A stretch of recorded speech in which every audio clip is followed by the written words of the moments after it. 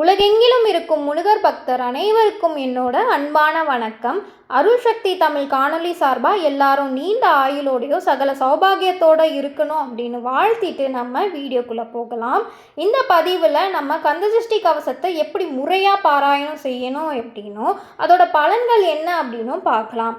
ஒருத்தருக்கு கந்தசஷ்டி கவசம் சொல்லணும், பாராயணம் பண்ணணும் அப்படின்னு தோணிருச்சு அப்படின்னாலே அவங்களோட கர்ம வினைகள் குறைய போகுது அப்படின்னு அர்த்தம்.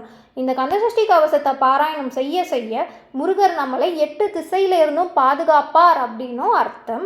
நம்மளுக்கு வரப்போறும் துன்பங்கள் எல்லாம் தூள் தூளாக போதுனும் அர்த்தம். முருகர் நம்மளை காக்கப் போகிறார் என்றே அர்த்தம்.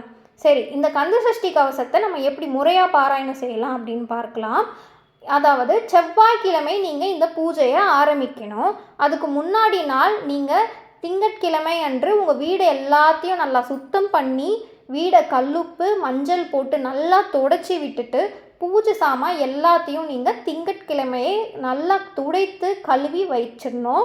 அதுக்கப்புறமா அதாவது செவ்வாய்க்கிழமை நீங்கள் இந்த பூஜையை ஆரம்பிக்கலாம். காலையோ அல்லது மாலையோ, காலையில் நீங்கள் ஆரம்பிக்கிறீங்க அப்படின்னா 6 மணிலேருந்து ஒரு 7-7:30 நீங்கள் இந்த பூஜையை ஆரம்பிக்கலாம். சாயந்தரம் ஆரம்பிக்கிறீங்க அப்படின்னா சாயங்காலம் 6 மணி அப்படி கணக்கு வச்சு ஒரு 6-7:30 நீங்கள் முடிக்கிற மாதிரி பார்த்துக்கோங்க. இந்த பூஜைக்கு தேவையான பொருள் அப்படின்னு பார்த்தீங்கன்னா ஒரு முருகர் படம், அதுக்கப்புறம் முருகருக்கு தேவையான ஒரு ரோஸோ அல்லது நீங்கள் உங்கள் செம்பருத்தி பூவோ, அதாவது சிகப்பு நிறத்தில் இருக்கிற பூவாக பார்த்துக்கோங்க. சரியா? அப்படி இல்லை அப்படின்னா உங்களுக்கு என்ன பூ கிடைக்குதோ அந்த பூவை வச்சே நீங்கள் செய்யலாம். விளக்கு ஏற்றி விட்டு நல்ல தீபம் வீடெல்லாம் நல்லா வாசனையாக இருக்க மாதிரி வச்சுட்டு அமைதியாக உட்கார்ந்து உங்கள் மனசை ஃபஸ்ட்டு ஒருநிலைப்படுத்தணும். எந்த பிரச்சனையை பற்றியும் நீங்கள் அந்த டைம் யோசிக்கக்கூடாது. அதுதான் முக்கியம். முருகா, உனக்காக நான் இன்றைக்கி ஆரம்பிக்கிறேன் அப்படின்னு சங்கல்பம் எடுத்துட்டு நீங்கள் உட்கார்ந்து கந்தசஷ்டி கவசம் புக்கோ இல்லை உங்களுக்கு தெரிஞ்சிருந்ததுன்னா மனப்பாடமாக நீங்கள் அதை சொல்ல ஆரம்பிக்கலாம்.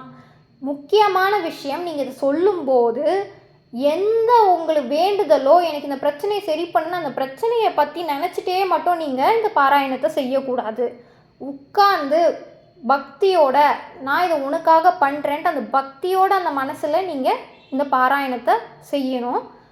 செஞ்சு முடித்ததுக்கப்புறம், அதாவது பாராயணம் செஞ்சதுக்கப்புறமா கண்ணை மூடிட்டு உங்களுக்கு என்ன வேண்டுதல் வேணுமோ அதை நீங்கள் மனசில் நினச்சிட்டு, முருகா, நான் இன்றைக்கி ஆரம்பிச்சிருக்கேன், முடிச்சிட்டேன், பாராயணம் பண்ணிட்டேன், எனக்கு இதை பண்ணி கொடு, நான் உன்னை தான் நம்பியிருக்கேன் அப்படின்ட்டு முடித்ததுக்கப்புறமா தான் நீங்கள் உங்கள் வேண்டுதலை கண்ணை மூடி நினைக்கணும்.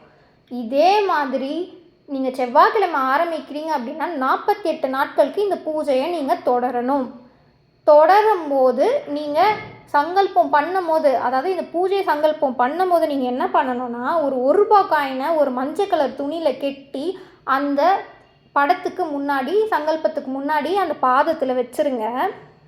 48வது நாள் முடியும் போது அந்த காணிக்கையை எடுத்துகிட்டு போய் ஏதாவது ஒரு முருகர் கோயிலில் நீங்கள் உண்டியலில் போட்டுருங்க. இதை பண்ணினீங்க அப்படின்னா உங்களுக்கு கண்டிப்பாக முருகர் ஏதோ ஒரு ரூபத்தில் உங்கள் பிரச்சனைக்கு ஒரு தீர்வை கொடுப்பார்.